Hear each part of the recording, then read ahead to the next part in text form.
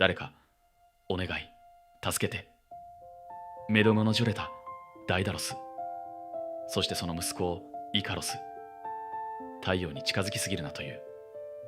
警告を彼は聞かなかった。行きの名は解け、彼は海へと落ちていった。